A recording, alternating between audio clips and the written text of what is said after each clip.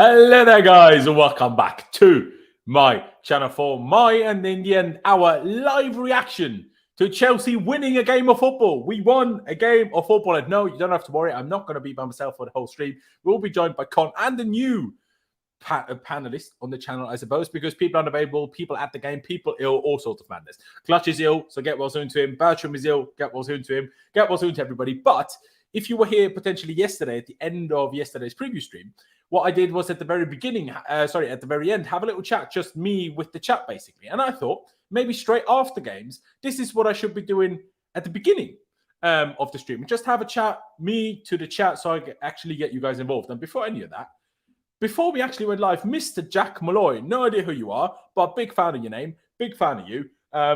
Before becoming a member, shout out to you. Shout out to you. If anybody else fancies becoming a member, excuse me, there's a join button underneath if you're on desktop, or a link further down in the description if you're on your phone. If you want to become a member, support the channel, and also get yourself this lovely little icon that Jack has next to his name in the chat.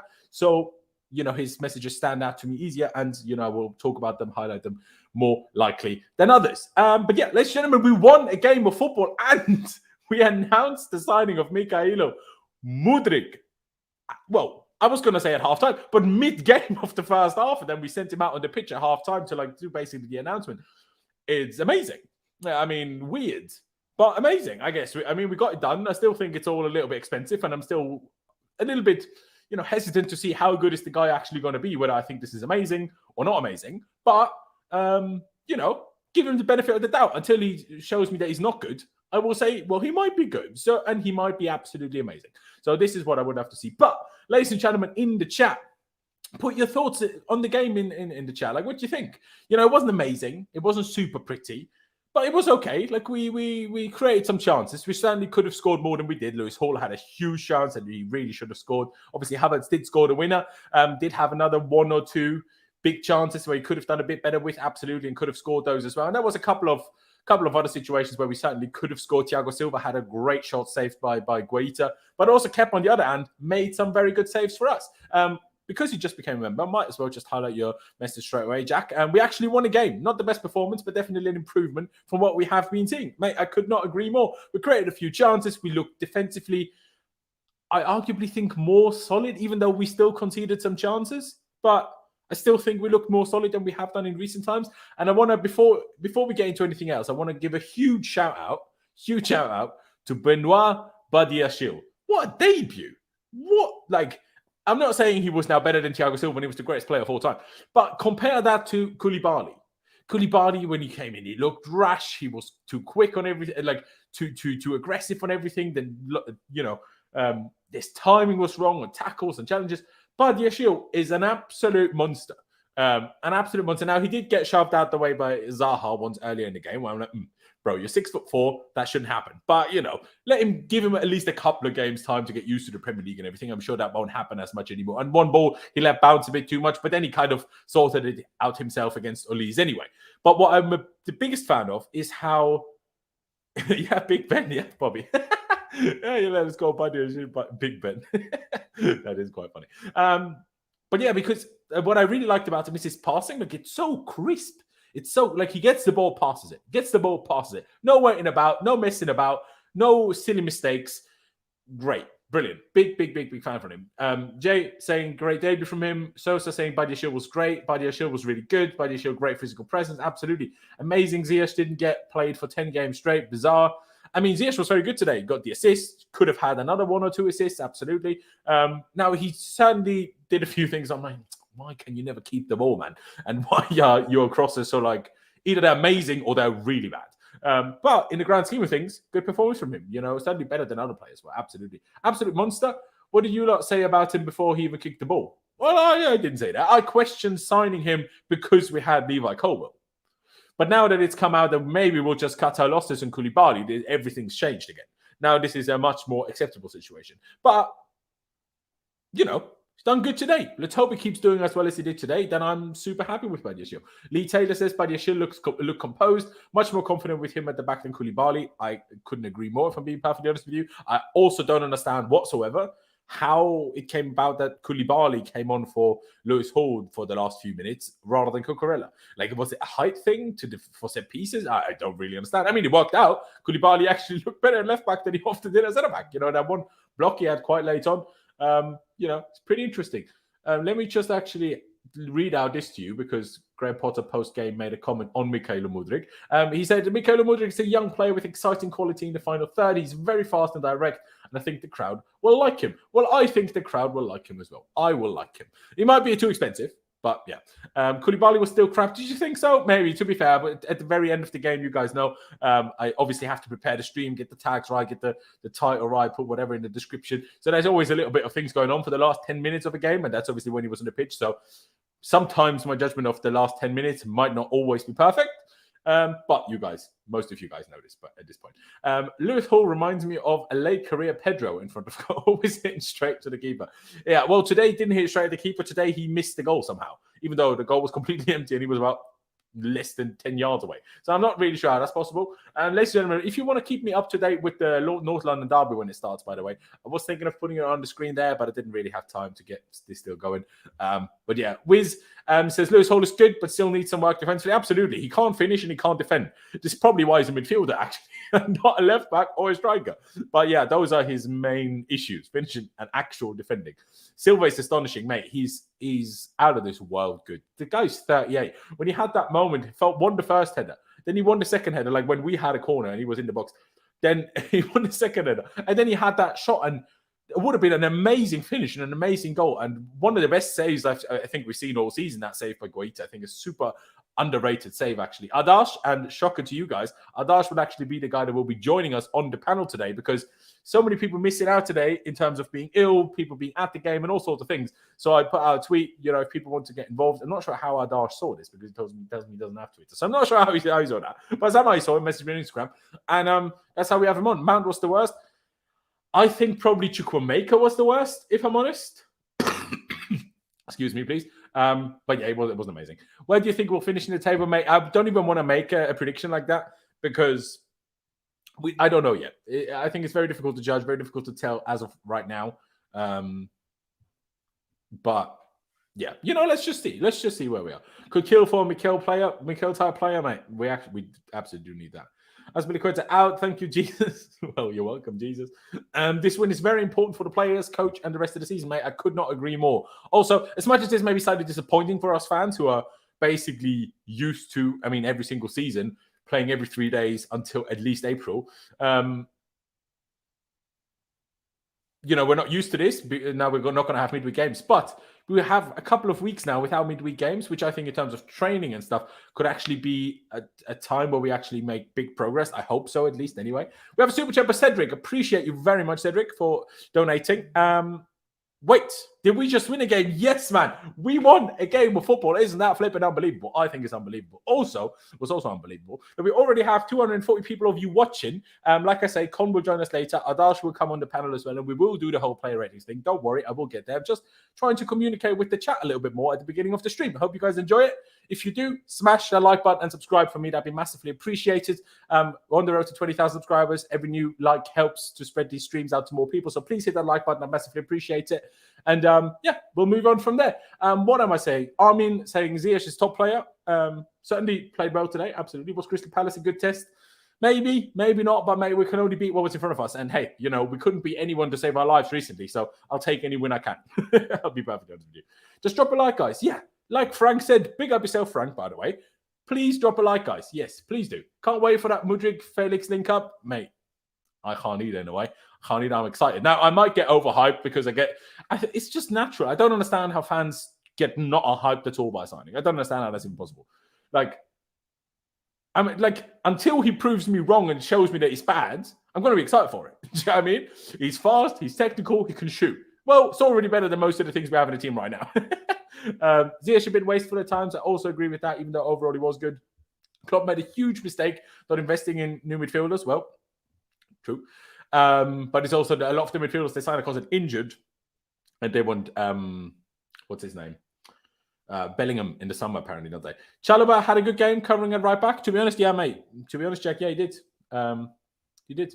I'm totally overhyped too. Yeah, it is what it is, though. Like, it's only natural. We're football fans, and we're in such a bad moment for Chelsea. So isn't it only natural that anyone that comes in, we like have hope? Maybe he could change it, And now we have Felix and Mudryk.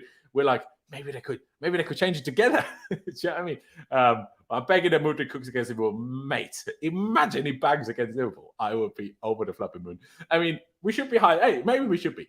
A win is a win in troubled times. Absolutely, sports couldn't agree more. Mudryk debate versus Scousers next week will be tasty versus debut. Sorry, not debate. Yeah, absolutely. What am I seeing? Potter out ASAP. Clueless manager. I mean, bro, we just won a game. Like, I know we only won 1-0 against Crystal Palace, but just stop it. The manager is not getting sacked. For your own mental health, bro, for your own mental health, you'll be much better off just accepting that he's going to be here about the rest of the season and just see how it goes. Just see how it goes, man. Just wait. Do you know what I mean? Just wait. Finally a win. Yes, Frank, absolutely. Mount had a few chances to find an open player for a tap-in today. He did. He did also have that cross for Havertz, which Havertz definitely could have made it 2-0 from, although I do also see the criticism that some people have mentioned that Mount didn't have to hit the cross quite as hard as he did. I think that is also a fair point to make. Need Mudryk to kiss the badge to bring in all the tears. Absolutely. Mudryk running Trent Ragged will be a sight to watch, mate. I can't wait. Can't wait. Coaches are ruining Mount with their favoritism towards him. He now thinks he's better than he is, which has adversely affected his development. If Potter won't change, he'll be sacked. Well, I think with the current situation, with how many injuries we have, I think it's a little bit like while I agree he shouldn't always start with as many injuries as we have. I think at the moment I'm like, okay, just start him then. But when we have players back, I agree. If he's performing the way he is at the moment, he shouldn't be starting all the time. Absolutely. That was a bullet cross. No, exactly. And that obviously makes it difficult for Eden. Havertz got a slight touch in it, but not quite enough, obviously. With Mudryk taking the 15, confirms Pulley is staying. It confirms he's staying now, but, the North London Derby started. Thank you. I mean, I'm aware. I know the time, but yeah. We need to sign Fresneda. I have no idea what that is. If I'm being perfectly honest with you, I do apologize. Can't believe I'm saying this, but come on, Spurs. I mean, in a way, yes. But also, no. We need to stick with Potter. He isn't the problem. We got far bigger issues. I mean, he might be part of the problem. We'll only find out in due course. But he's not the biggest problem. I agree with that. And we need to figure out a lot of our issues now at the moment anyway.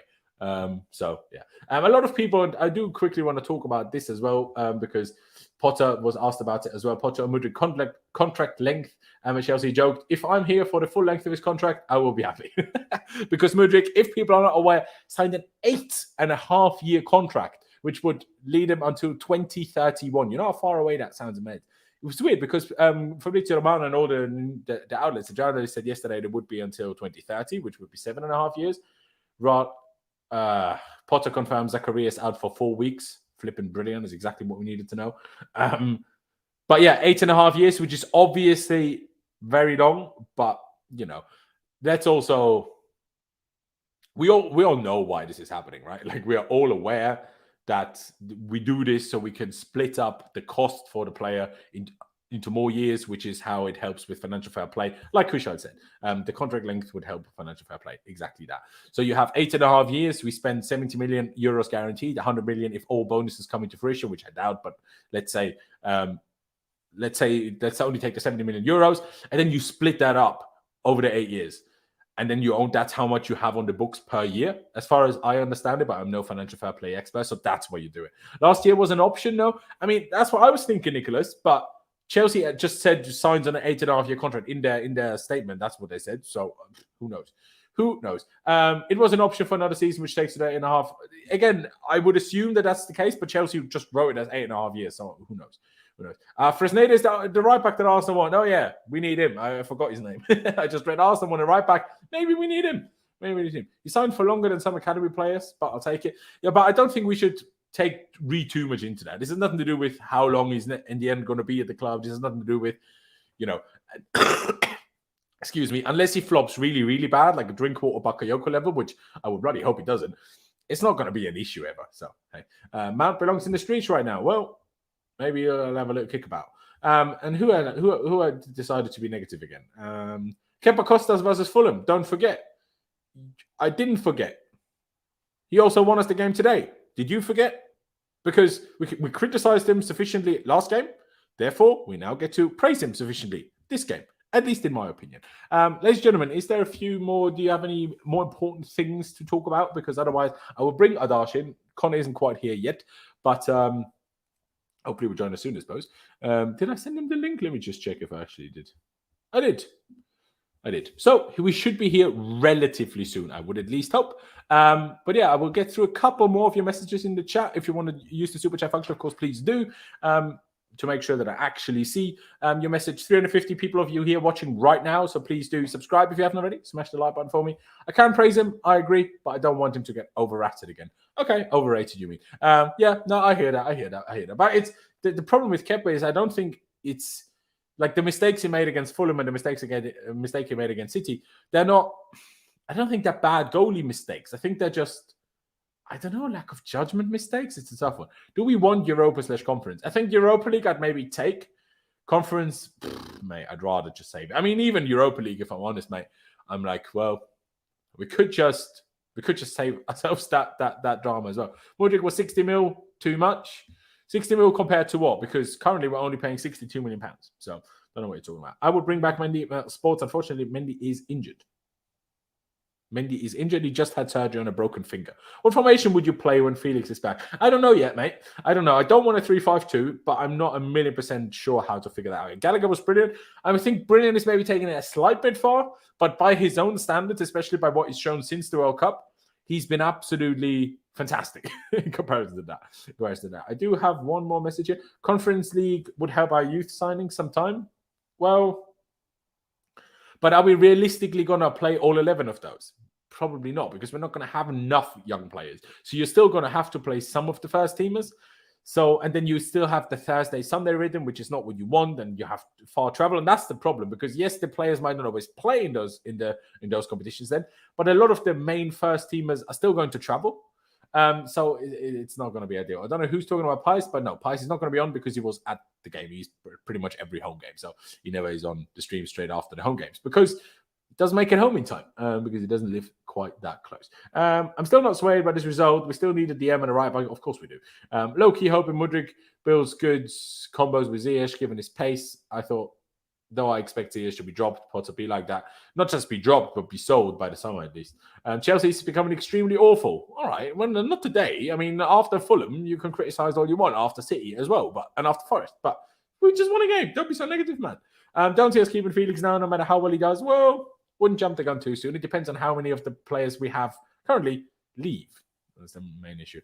We only paid 5 million more than Arsenal. Arsenal 95 mil, 70 plus 25. And we did 70 plus 30, not 75 plus 25. We did 70 plus 30. So we actually only bid more in add-ons, which is crazy. Why suddenly he's overpaid for us, but Arsenal, it was a great price. I don't think, who said it was a great price for them other than Arsenal fans? I don't know. But yeah. Chelsea can't make top 4. We should not be delusional. I mean, we weren't talking about top 4, mate. Bowley was apparently listening to Con's space after the game. Love him, was he? Pick up yourself, Con, and pick up yourself, Todd Bowley. But I also want him to be careful and not, watch too many of these streams because, there's also a lot of idiots in the fan base and a lot of idiots in those types of spaces. So maybe not always the very best thing. I'm worried about Jorginho's legs now. Midfield is worrying. You mean legs in terms of pace or legs in terms of being overplayed? Because he never had pace before either. Midfield is absolutely worrying. Zakaria now out for 4 weeks. It's a nightmare. We need a midfielder ASAP. Now, Ruben is back. Now, he's slightly ill, but he was still on the bench today, an unused sub. So maybe that will help a little bit. But, Havertz just can't finish. Well, he scored. But anyway, ladies and gentlemen, I think it's about time we end this first bit of the stream where I chat to you guys more, just me and you. But we will get to our guest now. Con isn't here yet, but I will bring Adash in. And as I do that, I will also finally bring up the lineup so we can actually talk about that. Adash, welcome. You guys, if you're here regularly, you might just know from the chat. But Adash, first of all, thank you for, reacting to my tweet, I suppose. Thank you for being here. Appreciate you. How'd you feel, man? How'd you feel? At least we got a win and we announced the €100 million signing, including add-ons, in the middle of the game. I still find that very odd. Thank you, mate. Yeah, it's really good to be here. I mean, I'm just enjoying this while it lasts because who knows when our next win's going to be. So realistically, we just have to take it one game at a time. And I think we have really good improvement, especially from last game. So just kind of taking it one step at a time. I was really surprised when the Mudryk news came out, especially because all the kind of like rumblings were saying that we weren't going to sign Mudryk, and that was just kind of like preliminary interest. And then randomly, just my man Egbali decided to go and show up in Turkey, and then just like bring Mudryk back on a private jet.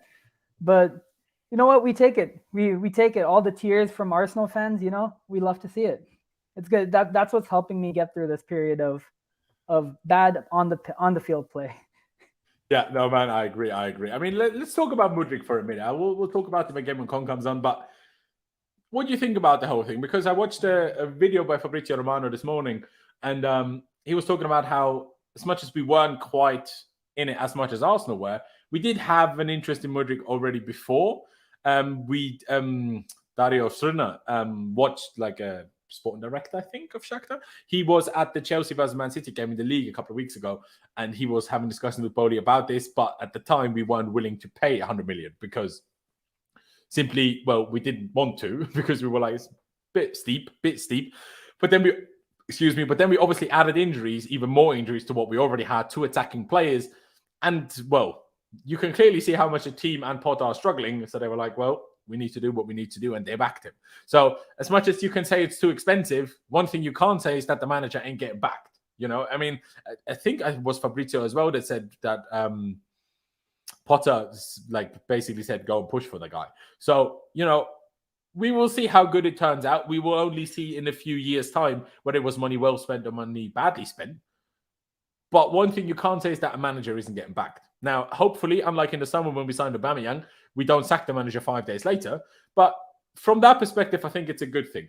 Leaving the price aside for a minute, because I think people make a bit too much of a fuss about the price. In the grand scheme of things, what does it matter whether he costs 70 million euros or 50 million euros straight up, or whether he costs 8? Like, at the end of the day, if he's bad, he's going to be bad, a bad 50 million signing. If he's bad and costs 70 million, he's going to be a bad 70 million signing. If he's good regardless of how much he costs. So, like, as long as our ownership keep it controlled and like keep it under control in terms of financially, then does it really matter how much? Adash, what's your opinion? Do you think people sometimes make a bit too big of a deal out of just how big the transfer fee is? Like, I think that anyway. I know not everyone's going to agree with that, but I sometimes feel like, I don't know, does it matter that much for someone 70 mil, 50 mil, 80 mil? Does it matter? Yeah, I mean, like, none of us here in the chat know. Apparently, somebody in con space is the one paying the money, so he might care. But apart from that, I don't think any of us are gonna actually like care too much. I think at the end of the day, it's just the kind of like production value, and I think he offers a different kind of dimension in our attack. I don't think we have somebody like we've had players who have kind of like pace or just like raw pace in like Pulisic and also Hudson-Odoi, at least before his ACL, and then his kind of pace kind of dropped off a little bit. But I think Mudryk is like a much more like powerful runner. I mean, I'm not a Ukrainian league expert, so like whatever I've seen is like from the Champions League games, but he seems like a more like kind of powerful and pacey runner. He seems like crazy, like like Gareth Bale type fast, like insanely fast. So we could do with that. Really. We haven't had that in a long time. Someone that's fast over long distance. Sorry, go on. Yeah, his stride is really long, so it's like it takes him like it's kind of like similar to Haaland in terms of like it takes him less strides to cover the pitch, so that's why like he kind of like he can just like accelerate so much faster than everyone else. And I think it'll probably take him. I reckon it'll take him like the first 6 months to kind of like bed into the side and then to kind of like get used to the league, because I mean from like his highlights, it doesn't look like he's very good dribbling, but I don't think the end product is there. So that's something that he's going to have to work on. But luckily, I don't think Chelsea fans are going to have too many expectations because we've all kind of given up on this season, to be honest, or at least I have. So in that sense, I think it's kind of good for him to kind of like settle in and then get that experience before people start relying on him more in the squad. Yeah, no, absolutely. I do want to quickly highlight this comment here by Sports saying financial fair play will hammer down. I'm genuinely like, if opposition fans talk about that, think about that, mention that, fair enough. I would too if I was an opposition fan. But how Chelsea fans, if you keep at least some sort of tabs about what's happening, I don't understand how any of you get the vibe that people like Bowley and Badiashile, like Badiashile is in charge of Clearlake Capital, literally an investment firm. Do you not think these people understand money? Like, there's a lot of things they might not understand. Football, signings, all sorts of things that are valid criticism. But the last thing I think that will be our problem is financial fair play. Unless they do it on purpose. They're like, we're going to spend so much money quick, and then we'll just take a window of transfer bans. Who cares? Unless that's the plan. But financial fair play will not just hammer us surprisingly. Like, that will not happen. I absolutely guarantee it. Why is Arona even in Twitter Spaces, mate? I don't know either. But yeah, Todd Bowley was in Con Space now. Hopefully Con will come here soon and maybe tell us a little story about that. But maybe he'll bring Bowley along. Exactly. Hey, if Todd Bowley wants to come on the stream, go on, Todd. We will sell to make money anyhow. We will also sell players, absolutely. In the summer, at the very latest, maybe one or two will even still go. This window, we have to wait and see. Someone started talking about not trusting Potter in the Twitter space, and Bowley left. Love it. Big fan. Big fan. It's 1-0 Saka. Exactly. But Adash, shall we take it back to today's game rather than Mudryk? Because I'm sure we will touch on it again when obviously Con will join. Today's game, when you saw the team, let me bring it up. Were you unhappy with many things in our group chat, which I know you're not in, but in our group chat of Pice and Charlie and Lewis and Clutch and Bertram and Ivan and all these guys? Arsenal 1-0 up against Spurs. Fuck's sake. Anyway, Pice was super unhappy with Lewis Hall playing at left back because he's not a left back. If you have Cucurella fit, why is he not playing? But then Cucurella didn't even come on. For me, yeah. And because there was obviously the leaks initially that Fofana would start a striker, presumably instead of Havertz. Maybe he was supposed to start on the wing, potentially. I don't know. And in the end, we had Mount in the team again. We had Havertz in the team again. But I feel like with the injuries, who else are you going to play? I mean, I guess you could have played... I was an own goal by Hugo Lloris. How did that happen? I guess you could have played like Chukwuemeka on the wing and then Gallagher and Kovacic midfield. But was Kovacic really that much better? And also, he's obviously labouring an injury anyway. He didn't have much training since he's been playing a lot of games. So, like, you know, I'm not sure how many other options there were today. So I wasn't too displeased with the team. I was very happy that we finally gave Badiashile his debut. That was mainly my takeaway from when I saw the team. What was your thoughts, mate? Yeah, I mean, overall, didn't have too many complaints. I had a sneaky suspicion it might have been a 3 at the back with Hall at left wing back and then like Gallagher at right wing back or something, or maybe Ziyech at right wing back. But luckily that turned out not to be the case because then our right side would have been bad. But I mean, given the injuries, I didn't think we would have too many. There wouldn't have been too much of variation. I would have preferred Fofana to have started, but well, Havertz got the goal, so. In the end, who am I to complain? No, exactly. And the game overall, like you said earlier, an improvement from what we've seen recently. Where do you think that improvement came from? Was it just, okay, we didn't make a big mistake today that cost us a goal? Because I feel against Fulham until we conceded, we were like not amazing, but we weren't like that bad. Especially with Felix, obviously looked quite good. And then we went 1-0 down, and then we were shaky a bit. And then we found a way back, and then obviously Felix got sent off. So I think it's just recently, like obviously everything has just gone against us. Now, Potter's made mistakes. The players have been bad. Absolutely. I'm not trying to excuse any of them. But I still think a lot of games that haven't brought the results that we would like, things have also gone against us. Now, obviously the injuries, but even like the flow of the game, like silly mistakes, silly errors that no manager can predict, like also from players that you wouldn't predict it from. Like remember, even under Thomas Tuchel, Thiago Silva also made mistakes and cost us games. Like sometimes you just can't predict who's going to make errors. And it's just gone against us. And obviously with the bad momentum that we're in, when we go behind, then it's even more difficult to like do anything when you're in a bad run. If we had just won the last 10 games, going 1-0 down is no bother. We'll probably win 3-1. But because we're in such a bad form, I feel like anything bad that happens is just had the triple, like 3 times as bad of an effect, if that makes sense. But what do you think? Where do you think the improvement came from, Adarshan? Do you agree with me that it's today we just did make a mistake that cost us, and that's why in the end it worked out compared to other games, even though the performance was somewhat similar? Yeah, I definitely agree. I think the previous games, especially like Fulham, was just like individual mistakes kind of like piling up and then like collecting upon each other. And then that just kind of like compounded, like one mistake turned into like 5 mistakes, and then everyone, the whole team's heads just drop. So I think like today, because we were able to control the game a lot more, I think our players kind of like started to gain more confidence. Like Ziyech was trying to like take on players. And like I've never I don't remember the last time I've seen like Chelsea wingers like actually take on like a player and actually like get past them like Ziyech did today.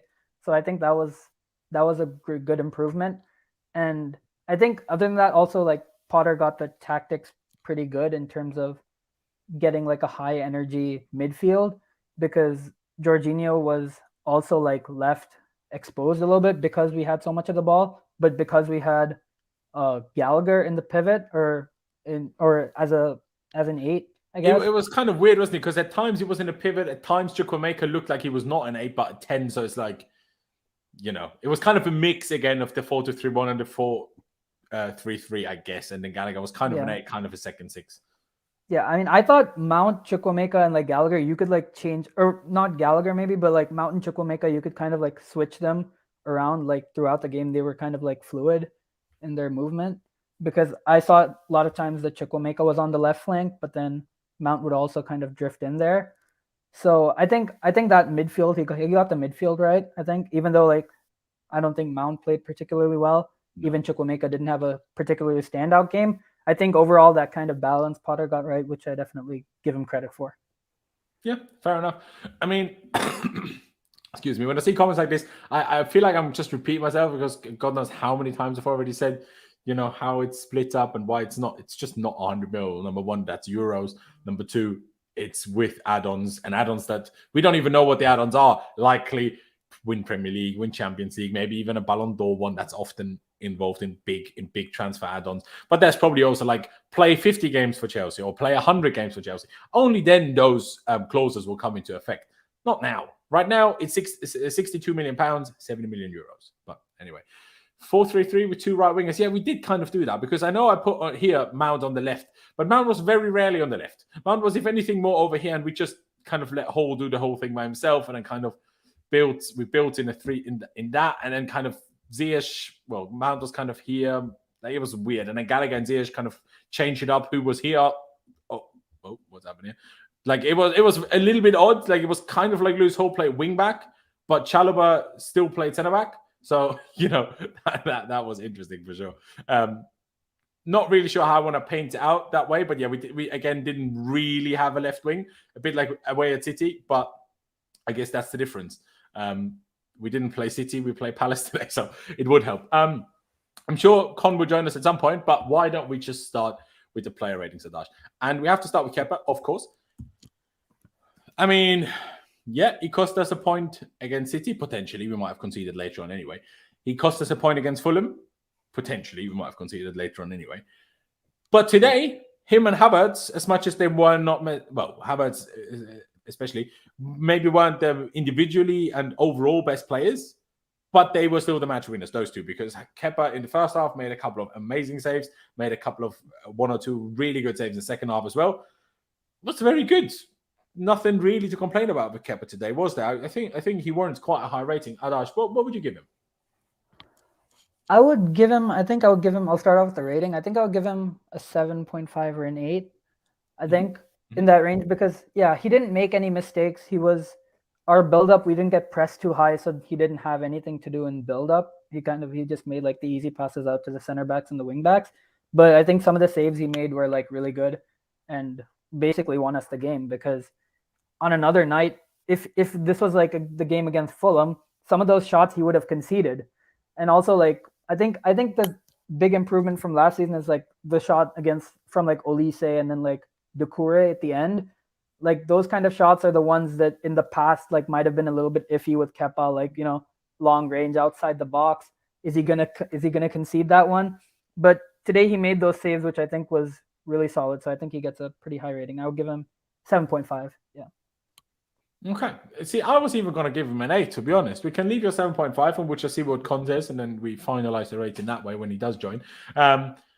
Yeah, I can basically echo every word you've just said, especially the mention you made for the long distance shots, the volleys, I think, from Olise, like you say, and Doucouré. Especially the last one. Like you said, how many times were we sat, whether it's on this channel in streams or just all of us privately, and crying and complaining and just being just gutted about the fact that Kepa just can't save long shots. And whenever Kepa conceded a long shot, we're like, oh, if only Mendy played.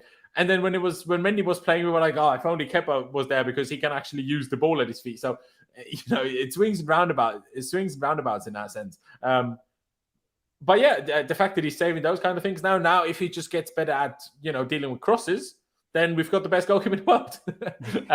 Who knows whether he will be able to do that? But yeah, go on. Sorry. Oh, I said easier said than done. Yeah, no, absolutely. We've been working on that since he was signed, and he still hasn't improved in that department. So no, absolutely. I mean, hey, obviously the Potter's goalkeeping coaching staff, I guess, has been here for that long, so maybe they can help him. Who knows? I mean, before we had Hilario, I mean, anyone must be better coach than Hilario, surely. Even though I love him, doesn't seem like the best coach. Anyways, let's move on to the centre backs. Again, Con will be here at some point. I want to start with the debutant, Badiashile, and I mentioned it in my little bit at the beginning on my own. I was very impressed. Now, I'm not saying he had the most perfect game that anyone's ever had, but people always talk down the French league. So from what I'm seeing at the moment, the French league is miles clear of Serie A. That's what I'm seeing at the moment. But he seemed so calm, so composed, so smooth. And how we say about Zuma and Koulibaly and Gallagher and even Zakaria, how they are like, so they move like a staccato. If people know what staccato is, they move just to like a robot, like in just whole motions rather than smoothly. And he receives the ball, passes it, quick passing pace on the passing, no underhitting, no overhitting, no slightly 5 yards left, 5 yards wide, just solid. And yeah, I still think he needs to like get used to quite how physical sometimes the Premier League can be, like when he got shoved out the way by Zaha at some point and stuff. But in general, for a 21-year-old debut at centre back, I think this was very, very good and very, very impressive. Would you agree, Adash? Yeah, couldn't agree more. I think in terms of like just his composure, and I think there was one moment that really like exemplified what Badiashile was doing that added so much to our team, which was Gallagher had like a throw in, I think, and then it went over Badiashile's head, and like basically we got caught on the counter. And I was like thinking at that exact moment, Koulibaly, if he was in that team, he would have immediately fouled and gotten a yellow card. But instead, Badiashile actually tracked back and he like tried to cover the passing lanes. So I think he showed a lot of composure for defensively for like being a debutant in a new league. And also I'm just looking at his stats, he had 97.3% passing accuracy. So he was really good and solid in the build-up as well. And he wasn't afraid to play long balls. Like you saw him play kind of balls through the lines to Havertz a couple of times on long balls and things. So I think they're very promising. Good things to come, hopefully. Yeah, no, absolutely. I agree. I would give him now maybe slightly higher than the actual performance was because it was his debut, but I was just very impressed. I would give him a 7.5. Do you think that's too high, Adash, or would you go along with it? I would definitely go along with it. I think definitely if you factor in, I would have given him the 7.5 without even like factoring in that he was a debutant. Okay. But yeah, I agree. I think 7.5 is perfect. Very good. Shall we get to Thiago Silva? And what a special man and what a special player he is.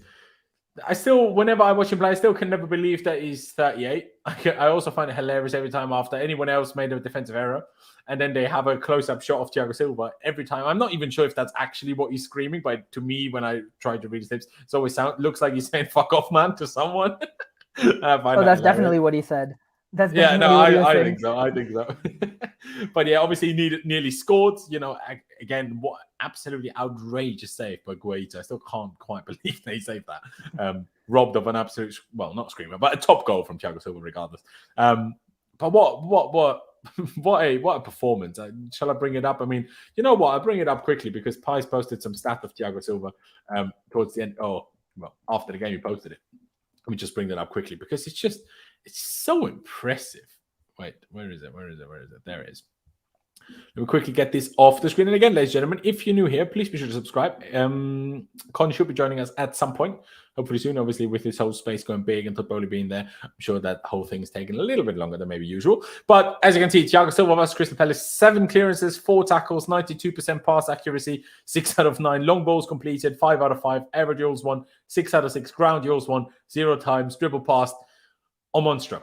Absolutely a monster. My only criticism of him has been, and probably will remain, that in my opinion, he passes it a bit too slowly, which is also why I think Badiashile next to him can actually be a significant improvement for us, if at least one of the centre-backs is quicker at passing. So it's just insane. An absolutely phenomenal player, an absolutely wonderful player. Adash, what do you have to say about him today, and what rating would you give him? Yeah, I have basically the exact same things to say. That shot had better technique than any of our attackers. And that's not even exaggeration. Like on his weak foot, I was like, just teach everyone else how to shoot, and then like we'll actually be good. But yeah, I mean, I just think he's so composed. His reading of the game is just it's so superior to every other attacker in the world. And it's like, it's not even close in my opinion. Like just the way, like he knows what you're going to do, even if you don't know what you're going to do. And I think that's just like the most immense quality that a defender can have, like especially at his age. I would give him, I think, an 8. I think he was slightly better than, or slightly more involved than Badiashile, especially with the shot that almost went in. But I think, absolutely immense. Fair. I wouldn't even have gone as high as an 8.5, especially after the stats we've just read out. But again, we'll see what comes as later, and then we'll find a final rating. Yeah, I was for a second, I was even considering the 9, but I'm like, Palace in the grand scheme of things probably didn't quite challenge us enough, even though they had their chances. Yeah. Still feel like they probably didn't quite challenge us enough to give out a 9 for any of the defenders. But he was absolutely superb nonetheless. Absolutely superb in every sense of the word. I want to talk about Lewis Hall because, like I said earlier, he has 2 problems. He can't finish, and he is not the very best at especially one-on-one defending, which is obviously an issue when he has to play left back. But it's also understandable because he's actually a midfielder. Who is usually the midfielder? Well, the guys that aren't that good at defending and the guys that aren't that good at shooting. Because he's great at pretty much everything else. His touch is good. His passing is good.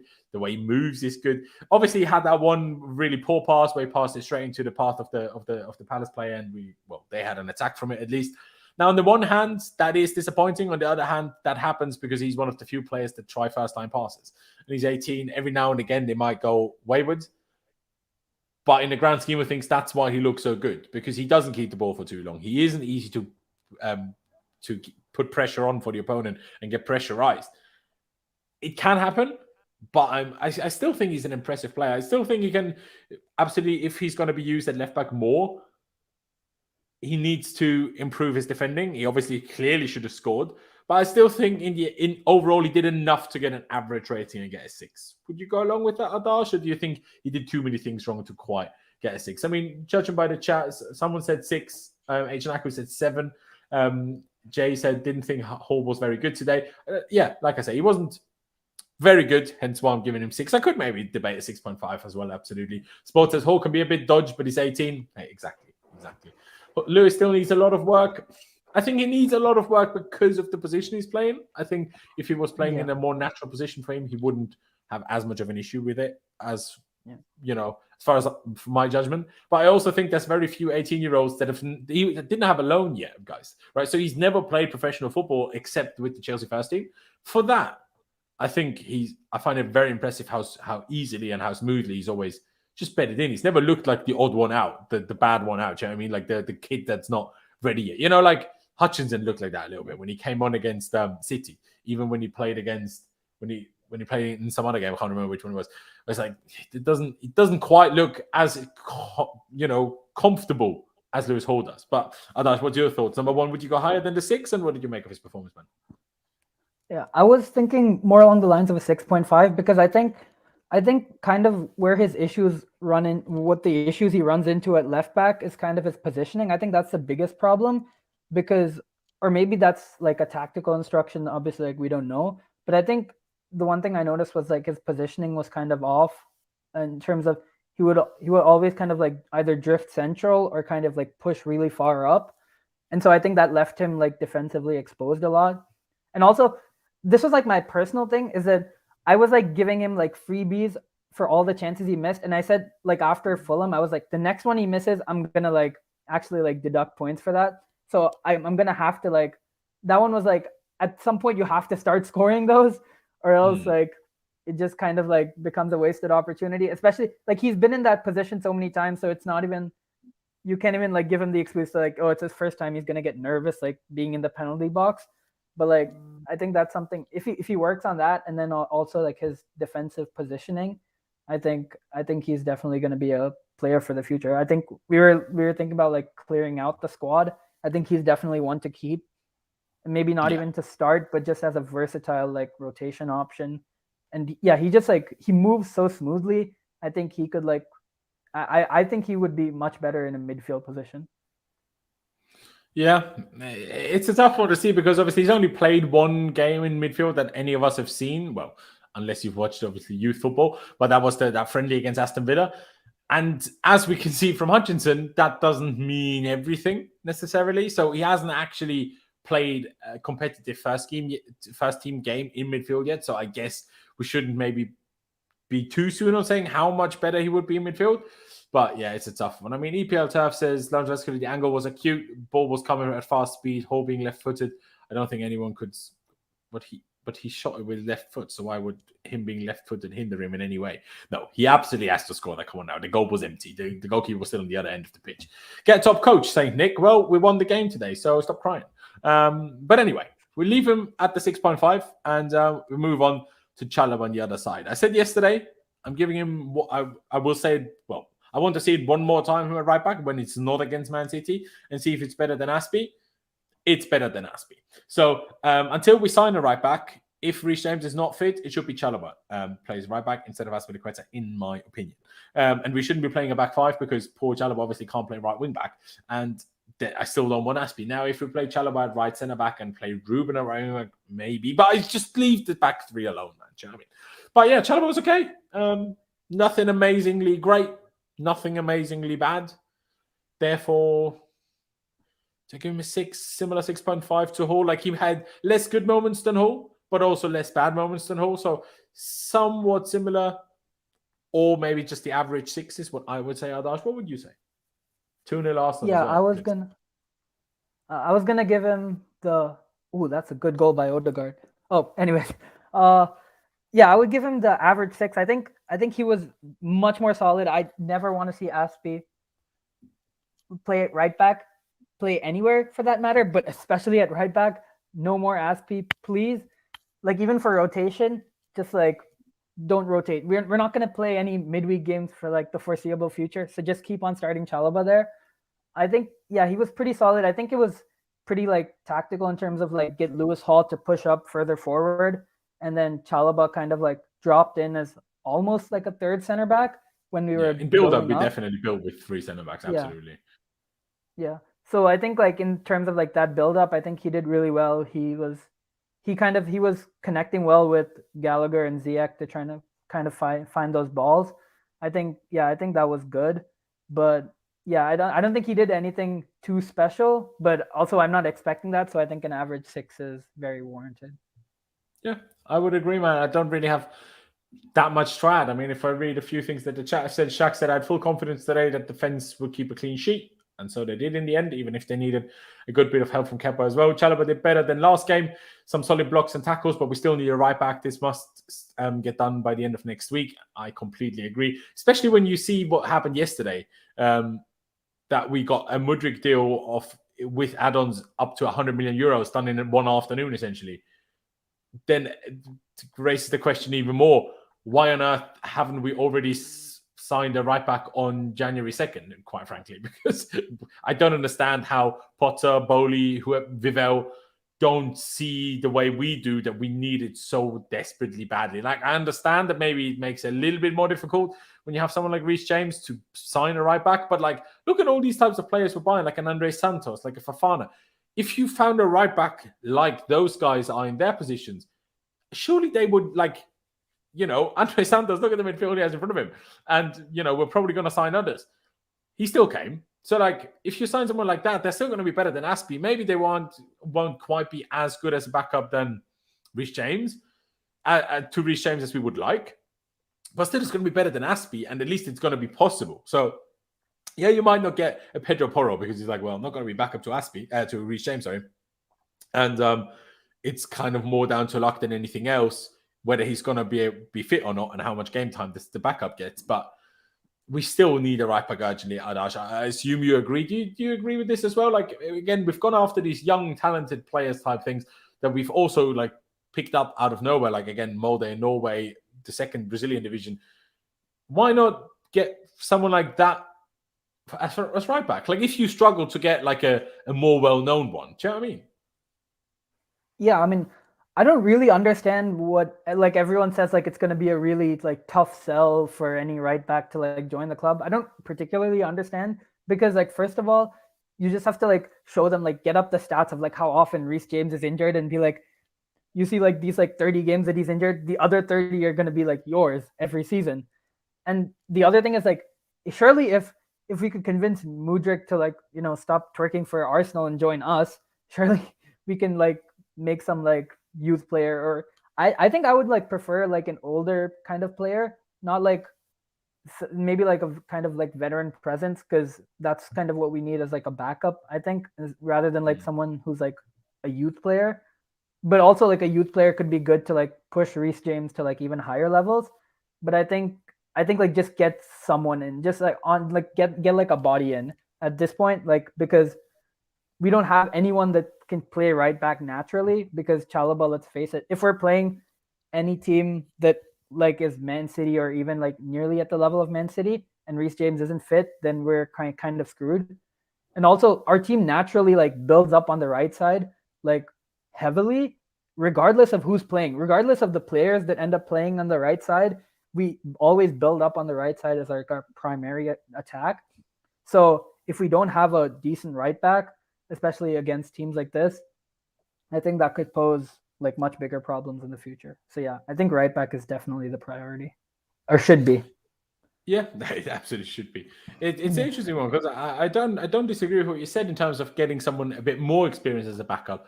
That's why I really wanted Jonathan Klaus when we were linked with him before he went from Lens to Marseille last summer. I think it would have been perfect. Also, the fact that he can play left back, I think it would have been ideal, literally in every sense of the word.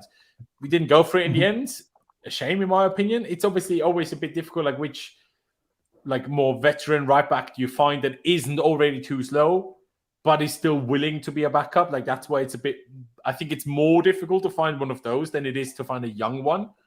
But just find one. I don't care. Like, figure it out, man. Do you know, it's not my job to figure out. It's not. I can't buy them, but they should. Do you know what I mean? Like, just bloody buy them. And no, Hakimi is not there for 50 million. Stop waffling, boss of Fortnite, man. What are you talking about? But anyways, let's move on to midfield. Let's get to Jorginho. It's a weird one today because I didn't think he was awful, but I also didn't think he was great.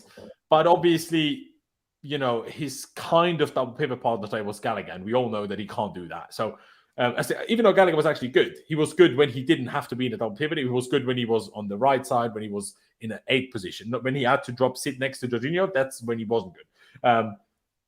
But in the grand scheme of things, Jorginho did a lot of it on his own today. Let me look at some stats. 91 pass accuracy. He had that really good pass through to Aubameyang, which Aubameyang certainly could have done a bit more with. Accurate long balls, he had 6 out of 7. Tackles, only 2 out of 6. That's not amazing. But he still had 10 recoveries. Ground duels, he won 8 out of 13. That's not bad.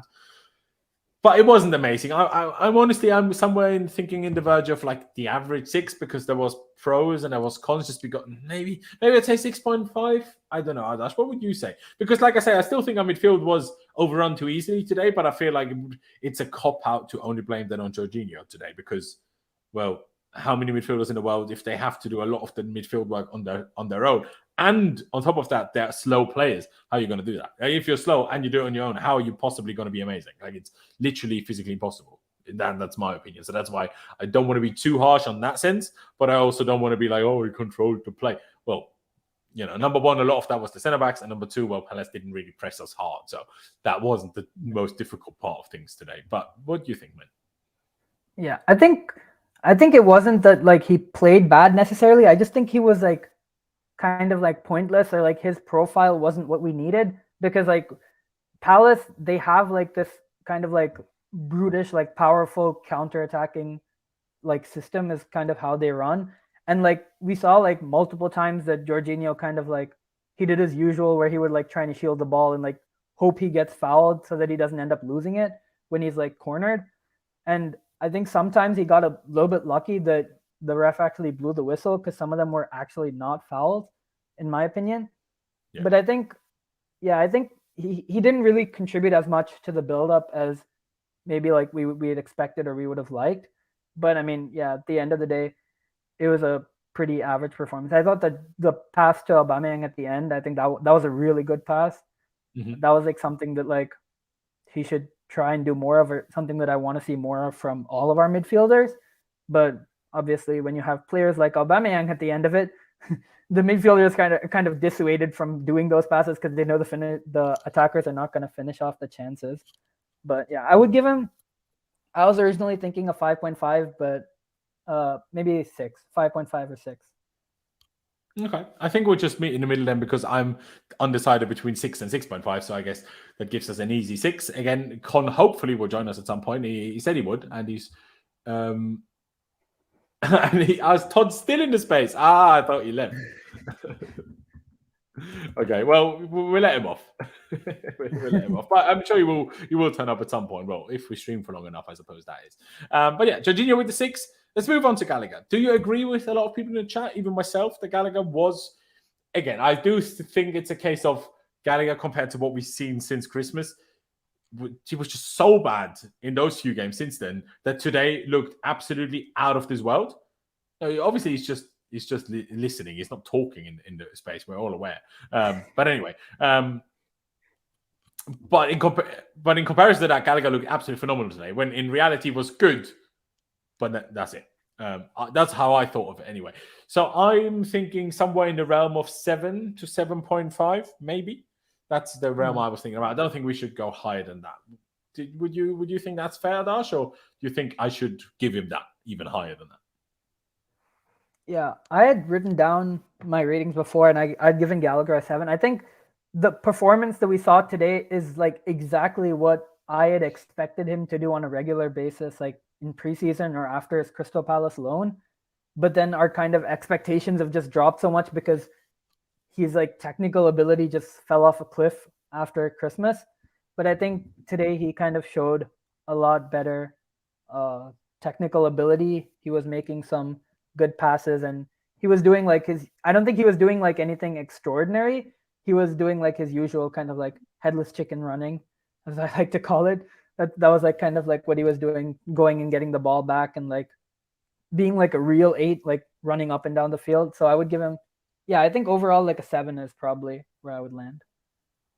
Okay, I'm still thinking, if I'm being perfectly honest. Clutch just said in the chat that he can come on. He's obviously feeling slightly ill, but he said he could come on until Gon gets here. So if you're feeling good enough to do that, obviously happily, you're always welcome, mate. But just let me know. I guess I'll send you the link, and then you can decide yourself whether you're feeling up to it or not. I'm undecided because some of me wants to give him a 7.5, so that's why I'm slightly unsure if I want to agree with your 7 now. I did love at the very end how, obviously, I mean, in my opinion, it was a foul and play should have been stopped for that. But you stay obviously on the ground when Palace had a corner, and literally the entire Palace team, absolutely lost their minds at him. Like they picked him up, and Zaha, they were all having a right go at him. The Palace fans were abusing him, and I loved it. Absolutely loved it. Obviously, we had the reports earlier that Palace might come in with one more bid for him and everything. He won the free kick. The free kick. But anyway, the Palace might make another bid for him. Now it doesn't feel like they want him anymore. And on the other hand, I like him that good bit more now. So, that is fun. But yeah, I think I'll say 7.5, if I'm honest. And we'll see what, hopefully, Con at some point, and maybe Clutch say in a minute, and we'll see where we go from there with that. Yeah. Let's get to Carney Chukwuemeka. If I'm going to be perfectly honest, now I know Mount will get criticized by everyone, as he always does, but I genuinely think Chukwuemeka was the quietest one of all of them today. And not because he was bad, just I didn't feel like he could quite assert his presence on the game as much today, especially compared to the game against City. I mean, Bazooka in the chat will hate me again because he seemingly is the biggest fan of Chukwuemeka that's ever lived. But it was still decent. He was still good. Like there was nothing wrong with him. But I just feel like he didn't get as involved. I mean, if I look at stats and like obviously he didn't play the whole game and got subbed at some point, but if I look at like some touches, how many touches did he have? He had 32 touches. You compare it to people around him. Sorry? Oh, he had 32, I was saying. Yeah. Oh, yeah, there you go. I mean, compare it to Gallagher, who played a somewhat similar position, I guess, slightly deeper. He had 97 touches. Obviously, Gallagher played the whole game and Chukwuemeka didn't. But yeah, and also like if you look at this on FotMob, he's the only one that has an orange rating. All the other ones have green ratings. So yeah, I'm not gonna go low, but I'm gonna give him a 6, like Chalobah. No, like, I guess I don't think he did anything wrong. I just don't think he managed to assert himself as much as I would have hoped. Would you agree with that, Adash, or do you think I'm being harsh? Yeah, I would definitely agree. I think Chukwuemeka, he's shown really good potential. He definitely deserved to start, and he deserves to start just because of this one kind of like quieter performance. I don't think he like suddenly loses his starting spot, especially if Mount and Havertz have been starting all this while. I think it was just a case of like not being as assertive in the game. I think he could have. There were some times when he had good link-up play with Lewis Hall on the left flank while Hall was bombing down the left side. So I think he could have done more of that. That would have been like more impactful. But I don't think at the end of the day he didn't do anything wrong. It was just kind of like the way the game kind of went. It didn't go his way in his direction, so he didn't have as much influence. So I'm between like a 5.5 and 6. I'll probably give him a 6. Yeah, I'll probably agree on 6. Fair. I mean, Robert Montgomery says, disagree, he was better on the ball and more involved than Mount. See, I disagree. I'm sorry, I disagree. Mount and Ziyech, like, if people are going to praise Ziyech so highly, most of Ziyech's good moments came after link-up with Mount. So you can't say Ziyech was great and Mount was bad. That doesn't work because Ziyech was great because of Mount. Or not because, but together. That's how to make the link-up for Ziyech work. Mount hand across to Havertz again, maybe slightly overhit, but still a big chance created there. Like, again, I'm not saying Mount was good. I'm going to give Mount maybe like a 6.5, like just a tad better. But I just think Chukwuemeka just wasn't involved for more part of the game. Mount wasn't involved for the whole thing either, but he had more periods where I noticed him more. At least that's my take on it. I mean, I guess we'll get to him now anyways. Mason Mount, number one, what's I start with a question that's not even necessarily just about today's game, Adash. Just a bit more in general, I suppose. Well, do you think he gets overly criticized? Do you think he gets, fairly criticized? Do you think he's just weirdly immune to like getting dropped and stuff? Again, now we have this all of the injury situation. I do find it strange. Obviously, that he has to play kind of out wide. And it's not ideal for him, we all know that. I don't know. I just feel like sometimes recently over the last, since the summer, maybe since the end of last season, it's just become trendy. It's become the thing to do, especially on Twitter, to just criticize Mount. Yeah. Yeah. And I'm not saying all of the criticism is always unjust. Absolutely not. Very often it is absolutely fair. But I feel like people take it to levels where I'm like, he's not good enough. He needs to be sold. I'm like, now he might not be good enough and he might be in a bad run of form and he might not be, deserving of starting every game. That's all fair. But to sit there and say he's not good enough when you compare it to like so many other players that we have, like just look at him technically, how much better he is than pretty much everyone else. Like, I find that just strange. It doesn't mean he's good when he plays badly. No, it doesn't. But I just find some of the criticism that he sometimes gets, just like, now you're just making things up in your head to find more things to criticize, in my opinion. Would you see that? Do you see that? And I'm probably having a go at some people in the chat here as well by saying what I'm just saying. But yeah, what do you think, man? Yeah, I mean, for me, Mount is like one of my favorite players, so I'm naturally just like biased towards him. But I think like some of the things, like people don't even like criticize him like for like his performances. At some point, they're just like he's bad and just like abuse him, which is like it's so counterproductive because like I'm like, at this point, like he's had a poor season. So like if you want to talk about whether he's like a long-term starter for Chelsea, like no one knows that. But then to say like he's the first problem that we have to like fix in the squad is just like not the reality of the situation. Like we have so many players that are just so much worse and contribute like negatively to our team. Mount, like this season, he hasn't been contributing positively as opposed to the previous season, but he hasn't been like negatively contributing as much as other players. So I think like, yeah, some of the things people say, just like you said, it's just kind of like trendy. It's what gets the clicks and the likes, and rather than like actually like fact based, kind of like looking into the situation of like how Mount is contributing to the team, like tactically. Yeah, no, I agree. What rating would you give him on the day, man? Before I introduce Clutch, I would give him, I think, what do we give Chukwuemeka? We give him a 6, right? Yeah.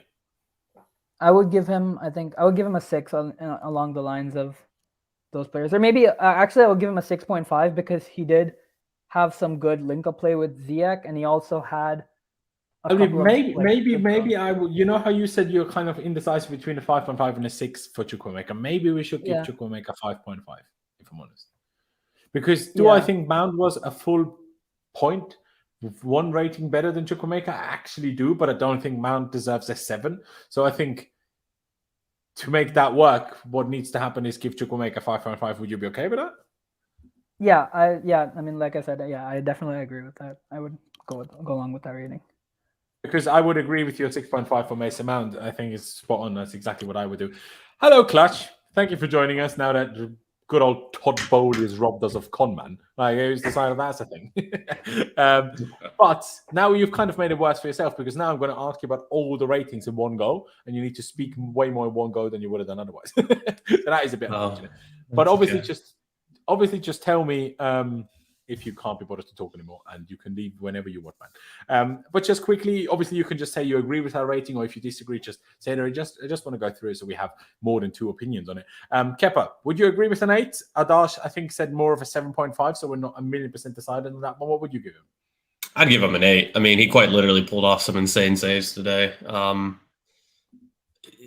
That's more or less the Kepa that I expect when he's at high confidence. Like, he's not a bad keeper by any stretch of the imagination. I think a lot of people like to say he's a bad player. He's not a bad keeper. I'm sorry. He's a number 1 somewhere. Is it going to be here? I don't know. And that's kind of when we were talking about it yesterday, and we were talking about, well, who is realistically good enough to be better than him? And I'm like, I don't know too many people that we could realistically go get, but like, I'd give him an 8 today. I thought he was really good. Some of the saves that he pulled off, even the one where he kind of screwed it up and missed the punch and then had to throw his body over there. And then I think even that was a good enough recovery save. Like a handball goalie. I'm not sure how many people that watch football and are like within kind of my demographic here will have any idea about handball. Handball seems to be a bigger sport in like German-speaking areas, I feel like, than other places. But people would say here what he did is like a handball goalie move, because they just run out and just arms, legs spread as far as they can, just try to do something, and he did it perfectly.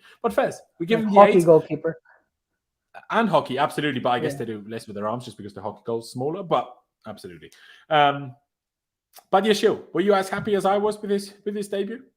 I thought it was really good. I mean, obviously, I think you know this, but my roommate's also a very big Chelsea fan. He absolutely loves this guy. He was praising him pretty much the entire time. He's like, he's the one player I can stand to watch anymore. And I was like, okay. Yeah, I kind of feel it, you know? And I'm like, because he's much more pessimistic than I am, even though I'm starting to become more pessimistic about this team day by day. But I thought he had a roommate that's pessimistic doesn't help either.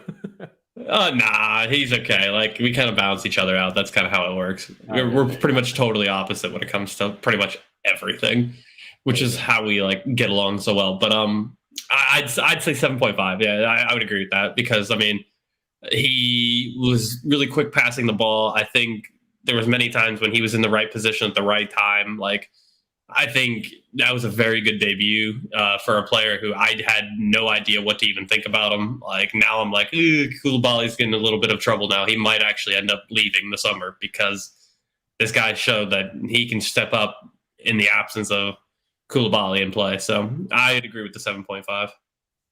First, Thiago Silva, we actually had a minor disagreement. I'm pretty sure I said 8. I said 8.5. What would you give Thiago today? I'd give him a 9. I just tweet from earlier. The stats were crazy. I'd give him a 9. There you go. I thought Thiago Silva was insane. Yeah. I thought Thiago Silva, once again, like I said to my roommate, I said before we scored, I said, Thiago Silva, if we lose this game, just retire, man. You don't deserve this anymore. You don't deserve it.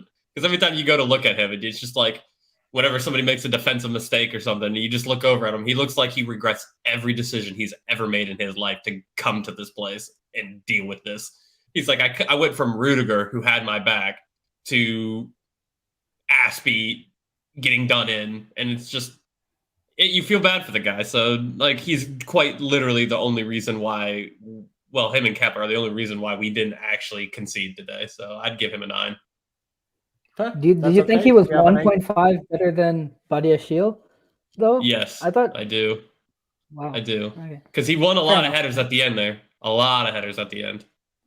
That's actually interesting. I don't know how many headers Badiashile won. Badiashile completed the most passes, though, and had a higher passing accuracy even than Thiago. Aerial duels, he won 5 out of 7, and Thiago won, I think, 6 out of 6. So, still both good. But yeah, so I kind of see what Adash is saying. I think 1.5 difference may be a bit harsh, but hey, in the end, we sit at an 8.5 because 1.8, 1.8.5, and 1.9. Lewis Holman, we gave him a 6.5 in agreement. Would you go along with that? I mean, I tweeted it. Can't finish, and he struggles with the actual defending. And God knows how many people replied, well, yeah, that's why he's in midfield. I'm like, yeah, fair enough.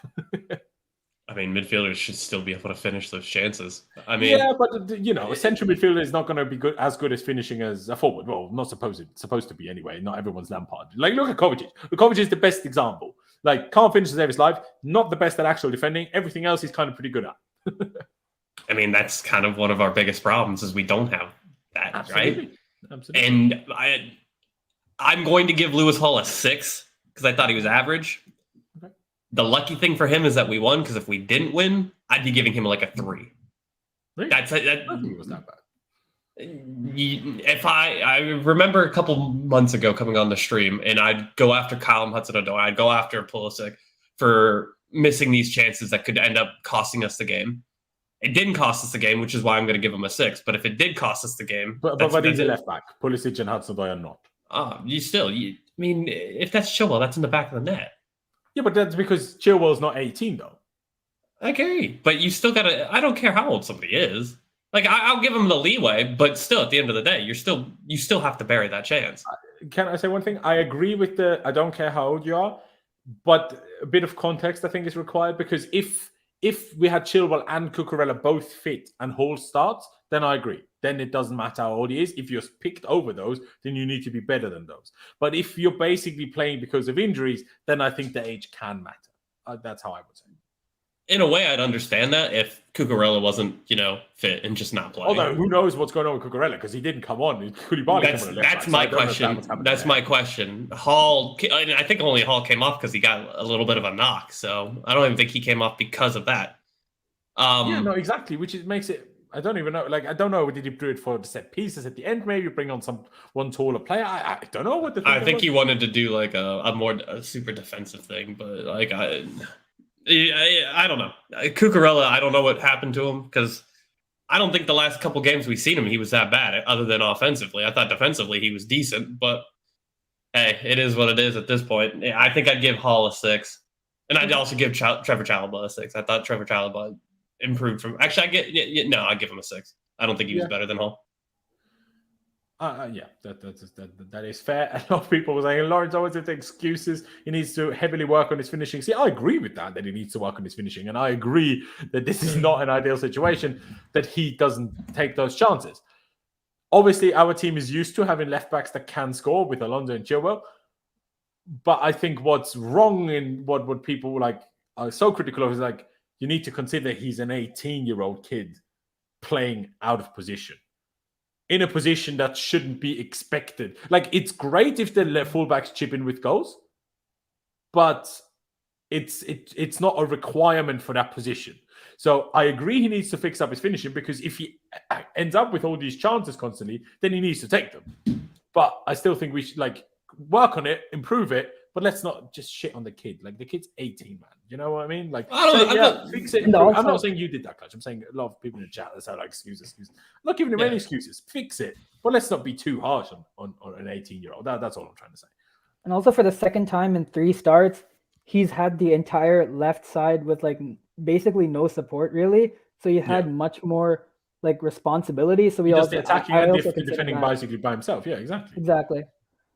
I don't think he was defending this time by himself because Badiashile was helping quite a bit over there. Okay, but no one in front of him helped him defending. Oh, they No never midfielder do. did. There was no winger on the left side again, so like no one helped him in that sense. Yeah, they never do. Because whatever this weird little formation we keep doing where there's no left winger, I don't understand. I do understand it because Mount's not a left winger, but Yeah, and neither is Chukwuemeka, and they were interchanging. Well, it just confused me when Mount was all of a sudden on the right for significant periods of especially the first half. Then I'm like, so how's that happen then? But anyway, Jorginho. I think Adash and I agreed on the 6, if I remember correctly. Would you agree with it as well, or would you go for something different?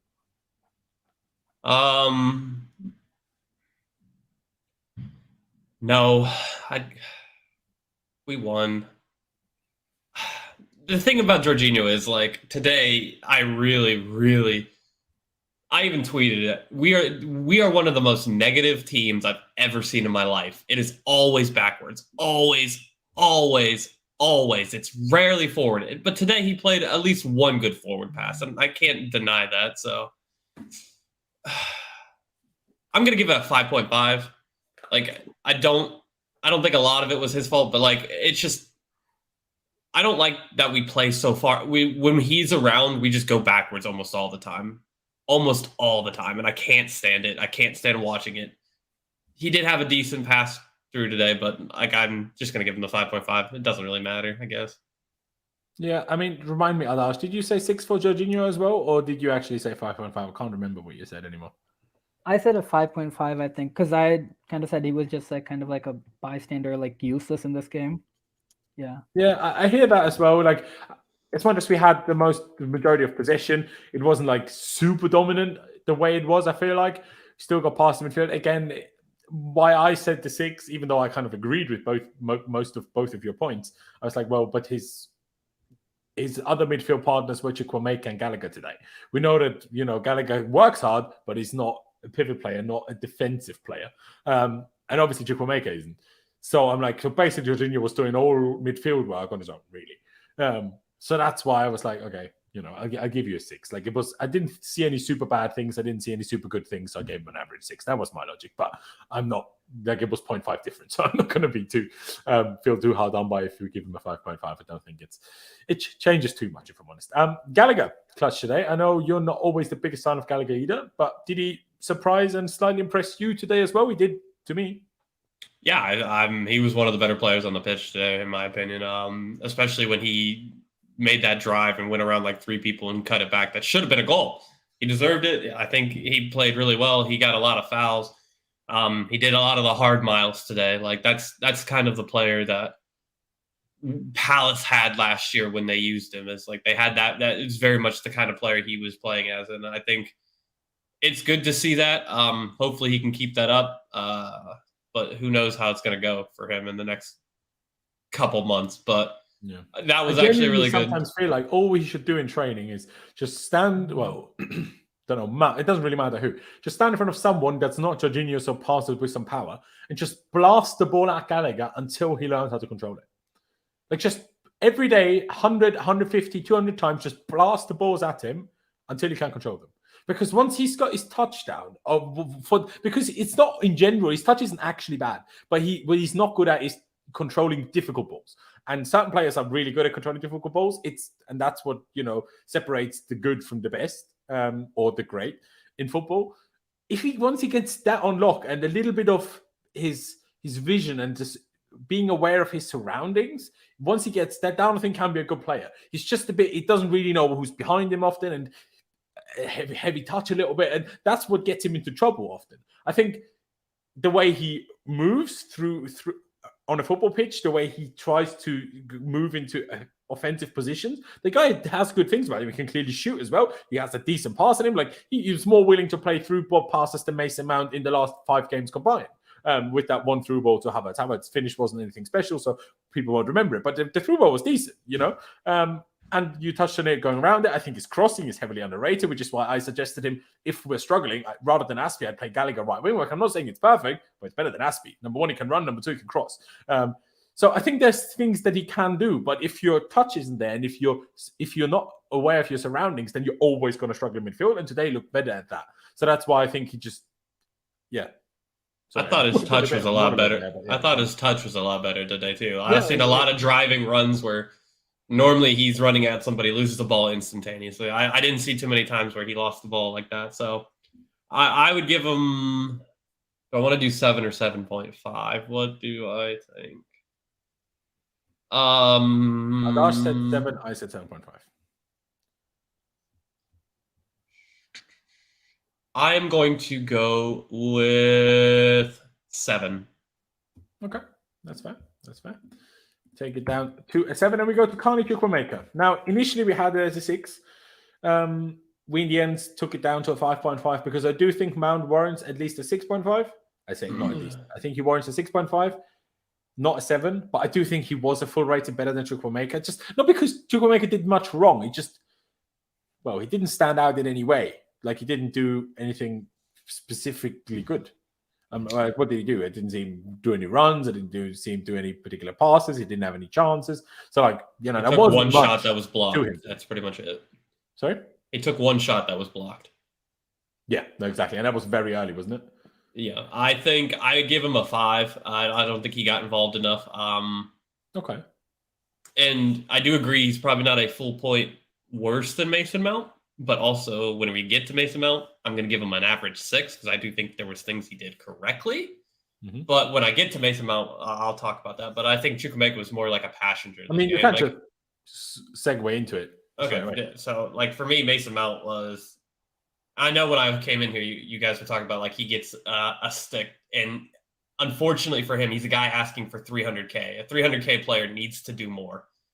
And I say this.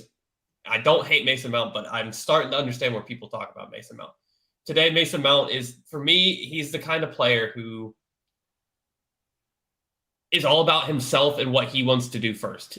There's multiple chances I watched today that he should have cut the ball back for somebody pushing it, and he didn't do it. He went for the goal multiple times. Now, he did have some good passes. Did he have so many shots? There was one. It might have been a cross, but it was just a really shitty low cross.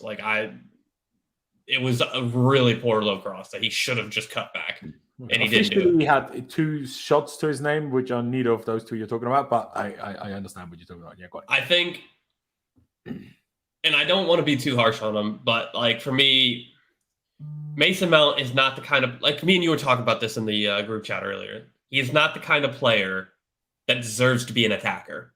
And as long as Chelsea use him as an attacker, and it's fair enough right now because we have injuries. It's fair enough. Mm-hmm. But as soon as Mudryk comes in, Sterling comes in, Pulisic comes in, if I don't see Mason Mount in the midfield and I see him anywhere in the front 3, I promise you I'll be Potter out. I don't care about a project anymore because you're showing me that you don't understand what a project means. Mason Mount is not an attacker. He's not a creator. He's a hardworking midfielder. Like I said earlier, he is a Frank Lampard player who is not as creative. His best strength is coming at the box late and getting the goals from late. That is his biggest and best strength other than pressing. And we need to start understanding that. That's what Mason Mount is. That's also part of the problem that as a team, especially at the moment, we press less, which is partly also why Mount doesn't look good anymore. And also when he plays in midfield, he's less useful in the press. Because you notice the press of the attackers more than you notice it of the midfielders often. There's a lot of debate in the chat at the moment as well. Like you say 6. I mean, we were kind of debating 6, 6.5. So like we were in the same ballpark, really. A lot of people are unhappy. Like I agree with. There's no debate in the chat. Everyone's all just agreed that Mason Mount was terrible. There's no debate. But I still feel like a lot of people would want to give him a 6 and not too much more than that. But I mean, the cross to Havertz late on, I agree that was overhit a little bit, but I don't think it's as bad as some people in the chat make it out to be. Like Havertz can still score it, but it's one where Havertz doesn't have to score it because the cross had so much power on it. But it's also like, the cross has too much power on it. But then again, how often do we have crosses that don't have enough power on it and then therefore give the defenders much more time to get there and clear it? And also, the less power is on a header, the more difficult the header is. Because if there's a lot of power on the cross, all you need is a glance with your head, and the cross itself brings the power for the goal, for the eventual header. if there's no power on a cross, then there's much more work to do for the guy that heads it, because he needs to actually put direction and power in. Now, not for this specific cross that it would have been for Havertz, because it obviously would have been a tap in from close range if he got to it. But in general, and I just think the link up that Mount had with Ziyech, in particular in the first half, was very good, and that's where my 0.5 above the average came from, because I was like, when we had our best attacking in the game, Mount was very much so involved in all of it, because him and Ziyech had the link up on the right hand side that created most of that. And people say, what did he do to do that? In our best parts of attacking, which didn't happen for a lot of games, and that's maybe why he did, that if Mount was better, then maybe we would have had it in more parts of the game. But I think when we were good, Ziyech will get a 6.5. No, we'll get higher than that, but he definitely won't be getting a 9. I mean, insane. Sorry. But anyway, but yeah, I think Mount was involved in most good things that Ziyech did as well. Ziyech obviously did the final end bit, which is why he's going to get a higher rating. But yeah, that's what I think anyway. But Adash, did you agree? You agreed on the 6.5 for Mason, right? Yeah, I was between a 6 and a 6.5. I think the chat is going to sway me, and I think I'll go for a 6 to try and appease them as much as possible. But you're never going to appease them, bro. Trust me. Just do whatever you feel. Don't even bother. Just do what you feel. Just do what you feel, bro. Yeah, I'm still undecided between the 6 and the 6.5, because like also everything that like Ziyech did, it wasn't like in isolation. It was also that like Mount was creating the space. Like if you remember when Lewis Hall put the ball through to Aubameyang, like where he had the kind of like he was running in on goal, that was like only created because of Mason Mount's movement, and he was like able to drag defenders out. And that was what he was doing a lot of the time. So just because he wasn't actually doing the end product, he was still contributing to the team. It's not the levels that we expect from him, or that I expect from him that we want him to be at, but he wasn't like shambolic. Well, that's definitely about to get a 5. Yeah, he is. Hey, I'm just giving them one vote. But hey, if the chat disagrees, the chat disagrees. It's okay. But yeah, ladies and gentlemen, there is a poll at the top of the chat now. You can give your Mason round rating between a 5 and a 6.5. Because, well, I don't think anything higher than a 6.5 should even be considered. And the comment's actually really funny. Maybe I should have just done 3 and 5.5, 6.5 maybe. But hey, here we are. It's at least so far the 5 is winning with 39%. But hey, maybe it's just a vocal minority. And you guys, if you haven't said anything about it, but actually think Mount was better, get involved in the poll. And ladies and gentlemen, by the way, I know some of you might be watching this and not active in the chat because I only have subscriber only chat on. Just get subscribed and get involved in the chat. I would love to hear your thoughts. So also, I will, just for real the time quick, being, I will put it down to a 6, to appease the chat a little bit. Adash, you were saying? Go on. Oh, I was just gonna say, also the thing about like he's asking for 300K, like multiple sources have come out and denied it. Even like Matt Law denied it, which is like he's the club spokesperson, so he's the one on like the other side of the negotiation. So like in my mind, if even like he was the one saying like 300K is not what he's asking for, I think like people attacking him on that point is just like resorting to like. Unfortunately, you just can't trust whatever Matt Law says. He's been clowned out like 17 times in the last like 2 weeks since he's returned, unfortunately. Yeah, but I still like when it comes to like wage numbers within the club demands and whatever, I do still think he will know what he's talking about in that sense. I mean, like, who ever seriously believed that he was demanding 300K? Only idiots believe that, in my opinion. Like, he's never going to ask that, is he? Reece James isn't on 300K either, so obviously Mount isn't going to ask that. Come on now, be serious. But still, 250K doesn't warrant at the moment either, like, let's be honest. Let's get to Hakim Ziyech then. Got the decisive assist. Could have had another assist for another cross earlier in the game for Kai Havertz, which certainly he could have scored. Now, it was maybe a slight bit high, but I still think he could score it. Even if the goal is right in front of him, we'd probably put him off a little bit, and then he got absolutely clattered into. But yeah, that wonderful little turn on at the byline, like it was wonderful. He played it round the other side, ran round the other side. It was great. It was beautiful to see. Still has his moments where I just don't understand why he just doesn't release the ball quicker. Like he only had 70% pass completion. I remember someone in the chat said earlier, Mount's pass completion was awful. Mount's pass completion was 80%. Hakim Ziyech is 70%. Hakim Ziyech attempted 43 passes. Mount attempted 40 passes. So pretty much identical in terms of attempted. Now, obviously, and I don't think crosses count into passes this way. In terms of crosses, let me see how many 13, 4 out of 13 is how many crosses. 4 out of 13. But I'm okay with that. Like, he attempts the difficult crosses, so I'm not going to slander him for that also, one. corners count as that too. Corners count as crosses, do they? Yep. Okay. An accurate long balls, 1 out of 5. That could be a bit better. That could be a bit better. But again, if you're an offensive player and you attempt a long ball, it's probably one of the difficult ones. So, like, I'm not going to be too critical of that. I wanted to give him an 8. But now that because of Clutch, we lowered Gallagher to a 7. Do I think he was a full rating better than Gallagher? If it helps you, I was going to give him a 7.5. Ziyech? Yep. Yeah. I might still give him an 8 because 8 feels high. I just don't think any of our attackers in the grand scheme of things were good enough to get that kind of a rating. I'll show you how I kind of explain it. Go ahead. Go ahead. Let me go with Adash first, because if Adash says 7.5, I save myself the issue in my head and just give him a 7.5 because that will win anyway. So Adash, what would you say? I'll put you on the spot and make you go first. Sorry. I would give him a 7.5. I think in the end I would give him a 7.5 because he had a lot of good moments, but also, like, I mean, this is always like driven me crazy about Ziyech. Like, he's just so left-footed. So, like, at some point, like, it's the same kind of crosses that go into the middle. So, like, at some point, like, defenders are probably going to get accustomed to it and, like, get better at defending. And that's what kind of, like, happens throughout the game, I feel. But yeah, I think today he was, like, the most positive attacking player. He was, like, he had a lot of good crosses. And also, like, the crosses and long balls thing, like the stat you read out, I think that's more down to, like, the attackers in the box not getting on the end of it, because, like, there were a lot of crosses that were, like, put into dangerous areas, but no one just was, like, at the end of it. Or that was my recollection of the game. But yeah, I think he definitely he deserves to start. And I mean, this right wing position is actually the one we signed him for originally under Lampard. So I don't think it's much of a surprise that this is, like, kind of where we're getting the most out of him as compared to, like, when we play with 3 at the back. No, I agree with that completely. I agree with that completely.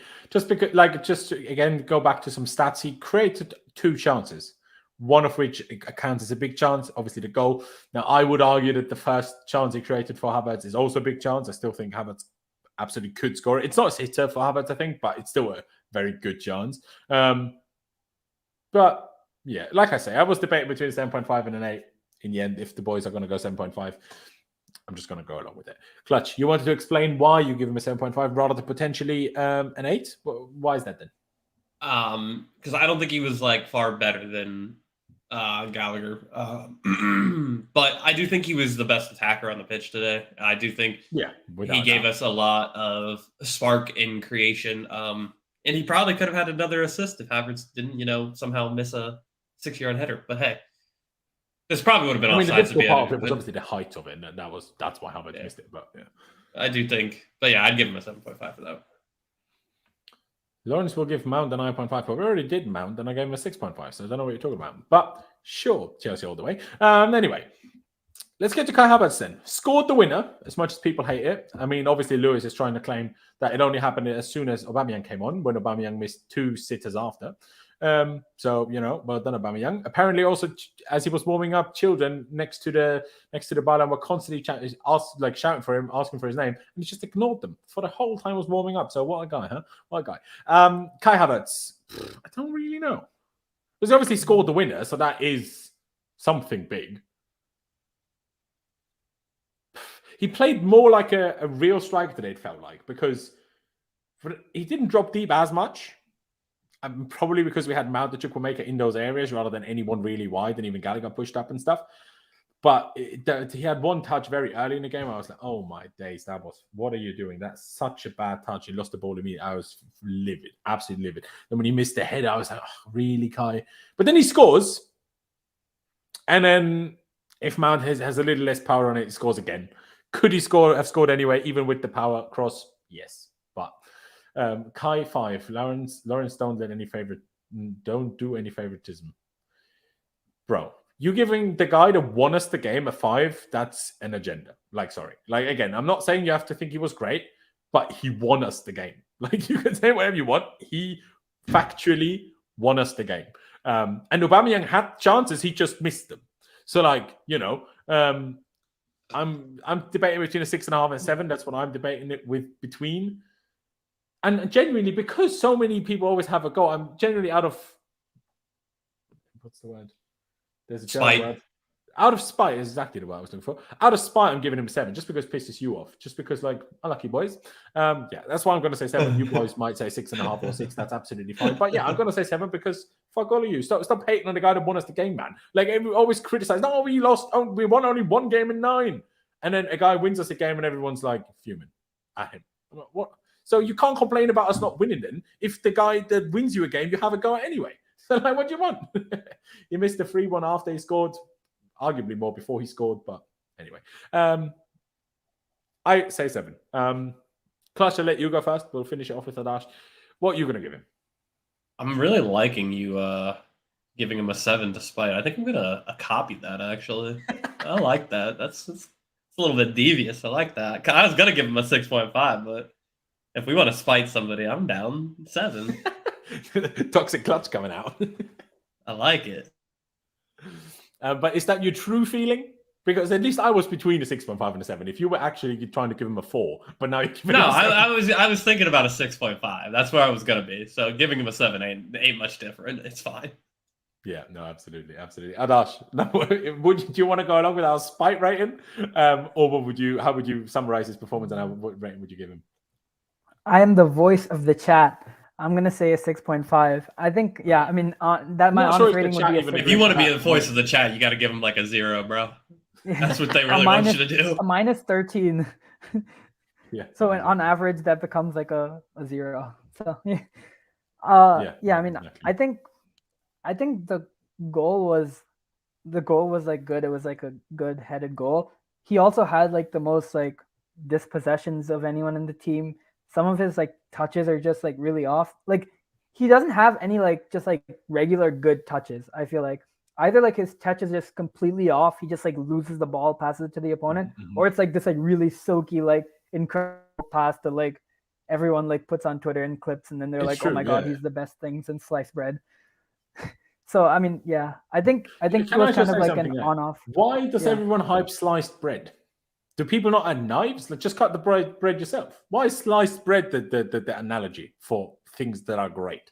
Why not smartphones or, I don't know, vaccines or medication? Why sliced bread? I imagine it's a really old phrase, but yeah, but even then, still, why was it such a big deal to get it sliced? I don't understand. But anyway, they were just eating the whole loaf of bread before, and now they're like, oh my god, you don't have to eat the whole thing at once. They didn't figure out knives yet. We couldn't bake bread. Don't worry, boys. I'm on the reading of why. Oh, you figure that out. Unfortunately for the chat, we will give him a 7. You know what I haven't checked upon? The vote for Mount. Well, yeah. I mean, the 5 is still winning, but hey, it is what it is. It is what it is. We already downgraded him by 0.5, so you know you're gonna have to deal with that. You're gonna have to deal with it. But again, guys, if you haven't placed your vote yet, maybe you want to now, so please do. I will leave it in there for the time being. Let's get to the subs. Then I first need to figure out who the subs were, but I'm sure I will in a second. I wish when it shows when they came on, I wish it said in like a small thing who they came on for, but fortunately, it doesn't always do that. So Chukwuemeka was replaced by Aubameyang. I mean, they just love long names, don't they? All right, Aubameyang, and then we had a triple sub later on or whatever it was. Oh no, then Koulibaly came on for Hall, which I still don't fully understand why that was the case, but sure. And then we had a double sub later on when Aspie and Kovacic came on. And one thing I want to add: who did Kovacic come on for? Was it Ziyech and Havertz? Ziyech and Havertz, it was. So, well, I guess apparently it's a British thing. It's a British thing. Well, it doesn't surprise me because you know they probably came up with it before America. In 1928, a company not quite said the greatest forward step in baking since bread was wrapped, and then in 1952, the Salisbury Times said, "Don't worry about the television; it's the greatest thing since sliced bread." Little anticlimactic, but that is what a little bit, but you know, we'll let it fly. But yeah, one thing I want to add: following journalists on Twitter that are obviously at the game, like for the entire second half, they were basically trying to tell us how Fofana was about to come on. And then every time we made a sub, he didn't come. And in the end, we only made 4 subs, and not one of them was Fofana. So I feel a bit bad for the guy, especially because he was apparently initially supposed to start. Again, we don't know if those were fake leaks or whatever it was. Drop a like for the free history lesson. Yes, my guy. Love it. Just smash a like, everyone. A big fan. But yeah, how many of these subs get a rating? Obviously, Aubameyang does. I don't actually think he was bad. I think he linked up well. I think he moved well. But obviously he missed 2 big chances. Now, they were not super easy because on the first one, there was obviously the kind of, when in German we call it a pressball, but that doesn't help anyone, does it? When 2 people hit the ball at the same time and it bounces, that thing. He hasn't and gotten back to the ball yet. Got to it again, but not quite early enough to really get much of a shot away. But am I going to be crying about Aubameyang not getting more game time like Soleil in the chat? No. So what rating am I going to give him? As a sub, I think in the grand scheme of things, some positives, some missed some chances though. So I'm going to give him a 6 with a star. Don't think he was bad enough to get anything below a 6. I don't think he was good enough to get anything higher than a 6. So hasn't got back to the poll yet. Have I not? Has anything changed? No. Here we are. But yeah, I will give him a 6. Clutch. Would you give him a 6? I know you're not a fan of him.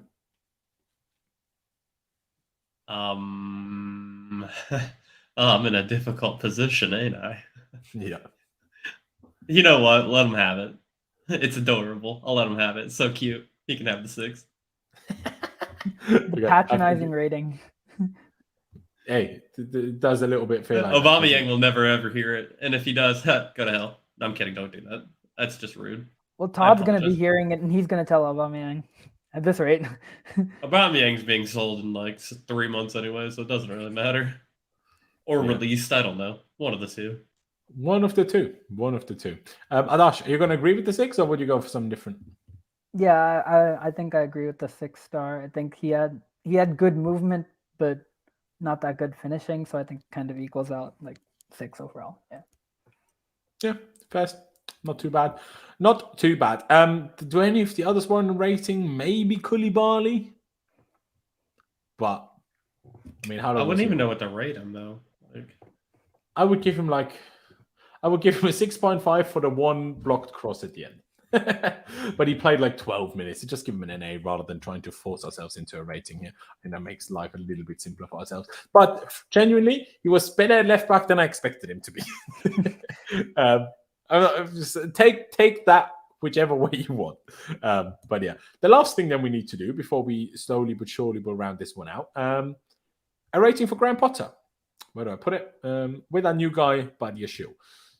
One thing I will say, the first real Potter signing, because I don't think Fofana and Andre Santos have anything to do with Graham Potter, but someone that's actually supposed to be for the first team, Badiashile, well, I guess Joao Felix, but, in terms of ones that no one knew anything about, hey, not bad. I'm very happy still.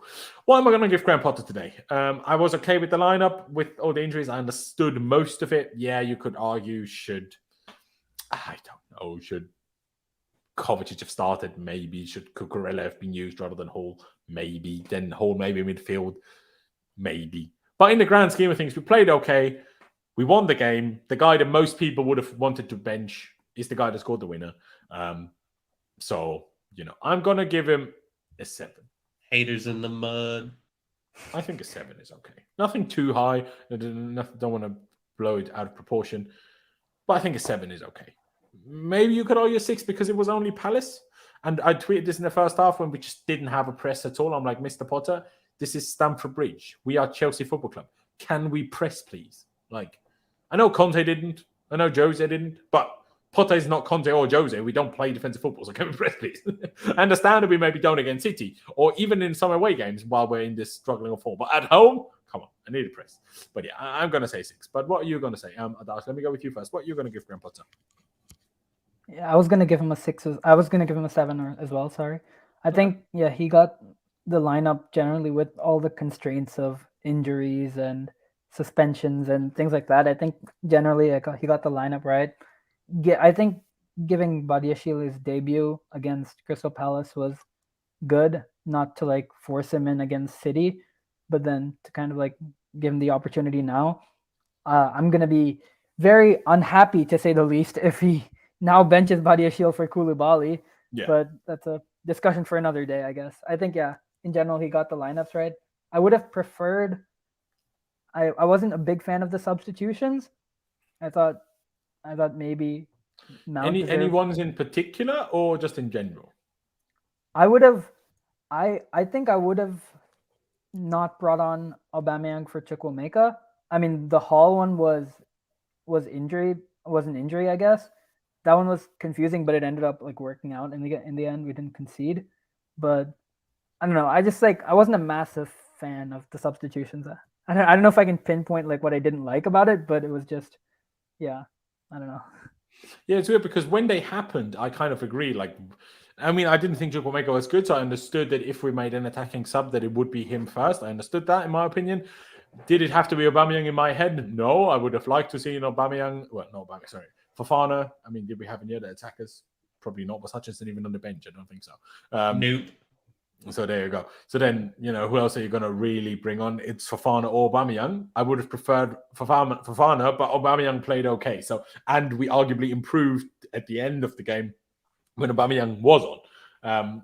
Certainly created more chances, even if we didn't take them. So as much as when it happened, didn't really think it was a great sub, it worked out. So I'm not really going to be too critical of it. But you agree on the 7 regardless. Clutch, what are you going to give Potter? I'm going to let him have the 7, I think. I can't really argue against it too much. We won the game. Havertz was the one who scored us the winner when a lot of people said he should have been benched. Now, if Aubameyang started this game, would that have been the case? I don't know. So I guess for me, 7 will be fine. Why Cucurella didn't come on for Hall, Lord only knows. But it's genuinely weird, like, because if Cucurella isn't fit, then he shouldn't be on the bench. So I can only imagine it was like a just see out the game kind of sub. Like, I don't know, because maybe we were concerned about Palace's set pieces, maybe our own, struggles with defending set pieces, bring on another extra tall player. Maybe that's their thinking. I guess it worked out in the end. Palace has certainly had one set piece after the other at the very end, as you'd expect when you're only 1-0 up in the Premier League. So I don't know if there was any good reason. But hey, I guess it worked out, so, I can't really complain about it too much. Ladies and gentlemen, because I did my whole talking to you guys more privately, just myself to the chat at the very beginning, we will not do that now, but we will slowly but surely round it out after I get up a tweet. I think Pice tweeted it as well anyway, so I don't need to bring... Oh, no, he didn't. Wait, did he? No, Pice tweeted it as well. Yes, Pice tweeted as well. Let me bring that one up because easier to find than Ben Jacobs for me. I don't know why. When I put in Ben Jacobs never shows up. Maybe I should try Jacobs. Anyway, but here you are, because a lot of people, in particular opposition fans, but even some Chelsea fans, Chelsea are still in line with financial fair play rules, even after the spending so far. Iqbali, across the financial books, long-term contracts to the likes of Badiashile and Mudryk help with this. Challenge is Chelsea can't do this every window. Sales may be necessary. Well, absolutely. Of course, sales will be necessary at some point. And the sales will also happen. And Con did me dirty, absolutely. I mean, I will let him off a little bit, but as far as I know, Mr. Todd Bowley is not in the space anymore. At least it didn't show up to me when I showed up all the listeners. But there's also 5,000 listeners there, so maybe he's there. But, Con know that you did us dirty, and we're not pleased. Unless Todd is still there, then I'll let you off, but I don't think he is. But anyway, of course there are going to be some sales. So we're not going to run around with a squad of 35 players for 3 years, are we? And obviously, once we fix the squad, as is necessary with some new attackers like Mudryk, like Nkunku, potentially Joao Felix, like when we hopefully finally add a midfielder or two, we obviously already added a centre-back. Maybe we will bring Levi Colwill into the squad next season. Then obviously the signings will also stop to this amount, right? The only reason why we also need to make so many signings, and that was under the old regime all the same, is because we make so many bad signings all the time, and that's why we require so many new signings every summer. If we actually start making some good signings and then don't have, the need for 3, 4, 5 new players every summer, then we'll only buy 1 or 2. And then we'll always be fine with financial fair play. But to get to that spot, like Man City are in, Man City have no problems with financial fair play because, yeah, they spent big when Pep came in and before that. But now that they've had a functioning squad, they don't require to spend 200 million every summer because they don't have to. They signed 1 or 2 players. And they got away with murder on the Haaland deal. They didn't have to pay over 100 million for Haaland. Well, and that of course as well, because, you know, it helps when you're the most, well, arguably the best team in the world. It's always easier to convince players and you don't even need to spend high. So you don't need to go early like us for Enzo. City don't need to go early for Enzo to get him. If they want him in the summer, they can probably just get him. It's going to be between them and Real Madrid if Madrid want them. Because then you have obviously the big club name against current success name, even though Real Madrid are obviously reigning Champions League winners. But yeah, I mean, does anyone want to add anything to this financial fair play rules? Also, Simon Phillips said we will be bidding for Caicedo. Yes, he did. Yes, he did. I'm not going to bring it up, but yeah, just to clear it. Forget the man rating. It ain't that deep. Yeah, it's true, Gary. It's true. Man City got away with financial fair play as well. That's why the refs are all against them in the Champions League. I'm sure that was sarcastic by him. So we're just going to let you, Gary, in your mind, if you want to give him a 5, I'll give him a 5 with you. How about that? I don't even hear. I don't know what he wants, but hey, here you are. I'm going to get rid of the poll, so you can't complain about it anymore. But also, yeah, one last thing about the owners. Oh, sorry. Go on. Oh, yeah. I mean, like, these are American businessmen owners, and like, say whatever you want about them. But the one thing they know is like American businessmen know their way around rules and regulations. So the people saying like we're gonna be in FFP trouble, like this is like part of their like actual job before joining Chelsea was like how to like skirt the rules and like make sure you are inside those limits of like spending and whatever without like exceeding those. So they might not have experience in the football realm, but they're still like have experience with it in other fields of business. Yeah, there you go. Clutch, anything you would like to add about the financial fair play situation? Oh, no. Good. Ladies and gentlemen, I think it's about time we wrap this one up then.